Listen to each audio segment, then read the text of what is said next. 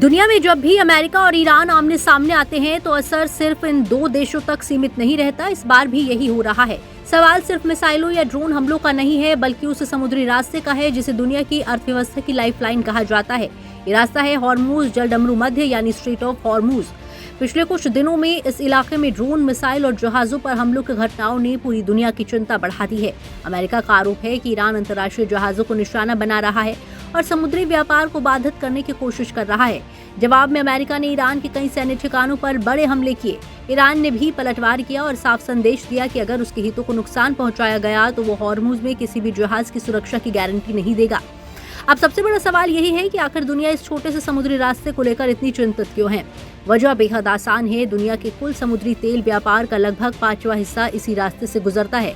खाड़ी देशों का कच्चा तेल और गैस इसी रास्ते से एशिया, यूरोप और दुनिया के दूसरे हिस्सों तक पहुंचता है। अगर यहाँ युद्ध बढ़ता है तो जहाजों की आवाजाही रुकती है, तो सिर्फ मध्य पूर्व नहीं बल्कि भारत समेत पूरी दुनिया पर इसका असर पड़ सकता है। यही कारण है कि हर ड्रोन हमला और हर सैन्य कार्रवाई अब वैश्विक चिंता का विषय बन गई है। अब समझिए कि अमेरिका और ईरान की रणनीति क्या है। अमेरिका चाहता है कि अंतर्राष्ट्रीय समुद्री व्यापार बिना किसी रुकावट के चलता रहे, इसलिए वो अपने युद्धपोतों और सहयोगी देशों के साथ इस इलाके में लगातार सैन्य मौजूदगी बढ़ा रहा है। दूसरी तरफ ईरान जानता है कि उसकी सबसे बड़ी ताकत उसकी नौसेना नहीं बल्कि हॉर्मुज पर उसका भौगोलिक नियंत्रण है। अगर ईरान इस रास्ते में डर का माहौल बना देता है तो दुनिया भर की तेल कंपनियां और शिपिंग कंपनियां परेशान हो जाती हैं।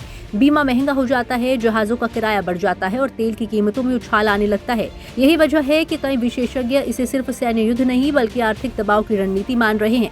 अमेरिका हर हमले का जवाब सैन्य कार्रवाई से दे रहा है, जबकि ईरान दुनिया को ये दिखाना चाहता है कि अगर उस पर दबाव डाला गया तो वैश्विक ऊर्जा सप्लाई भी सुरक्षित नहीं रहेगी। यानी बंदूक और मिसाइलों के साथ साथ तेल भी इस लड़ाई का हथियार बन चुका है। यही कारण है कि नई सैन्य कार्रवाई के बाद अंतर्राष्ट्रीय बाजार की नजर सबसे पहले हॉर्मुज पर जाती है।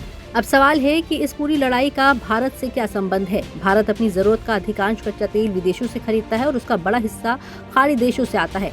अगर हॉर्मुज में तनाव बढ़ता है तो तेल की सप्लाई प्रभावित हो सकती है। इसका सीधा असर पेट्रोल और डीजल की कीमतों, महंगाई, ट्रांसपोर्ट लागत और रोजमर्रा की चीजों पर पड़ सकता है। सिर्फ तेल ही नहीं, LNG यानी प्राकृतिक गैस की सप्लाई भी प्रभावित हो सकती है। भारत के हजारों नाविक और कई भारतीय कारोबारी भी इस समुद्री रूट से जुड़े हैं। ऐसे में किसी बड़े हमले या समुद्री संकट का असर भारतीय नागरिकों पर भी पड़ सकता है। यही वजह है कि भारत लगातार संयम की अपील कर रहा है और चाहता है कि बातचीत के जरिए समाधान निकले। दूसरी तरफ दुनिया के कई देश भी नहीं चाहते कि ये संघर्ष लंबा चले, क्योंकि इसका नुकसान पूरी वैश्विक अर्थव्यवस्था को होगा। अगर जहाजों की आवाजाही बाधित होती है तो सिर्फ तेल नहीं बल्कि कई जरूरी सामानों की सप्लाई भी प्रभावित हो सकती है।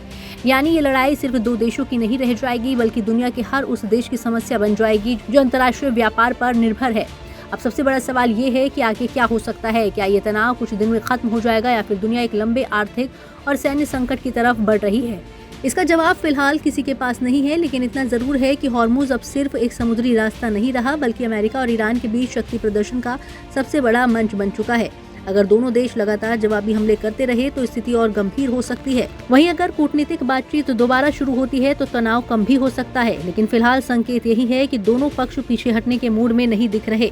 ऐसे में दुनिया की नजर सिर्फ मिसाइलों पर नहीं बल्कि उन तेल के जहाजों पर भी है जो हर दिन हॉर्मुज से गुजरते हैं, क्योंकि अगर ये जहाज रुकते हैं तो असर सिर्फ मध्य पूर्व पर नहीं बल्कि दुनिया के हर घर तक पहुँच सकता है। इसलिए ये लड़ाई सिर्फ अमेरिका और ईरान ही नहीं बल्कि वैश्विक अर्थव्यवस्था, ऊर्जा सुरक्षा और आम लोगों की जेब से भी जुड़ चुकी है। आने वाले दिनों में ये देखना सबसे महत्वपूर्ण होगा कि क्या बंदूकें बोलती रहेंगी या फिर बातचीत का रास्ता खुलेगा। यही फैसला तय करेगा कि दुनिया आर्थिक स्थिरता की ओर बढ़ेगी या एक नए संकट की तरफ। ब्यूरो रिपोर्ट, जी मीडिया।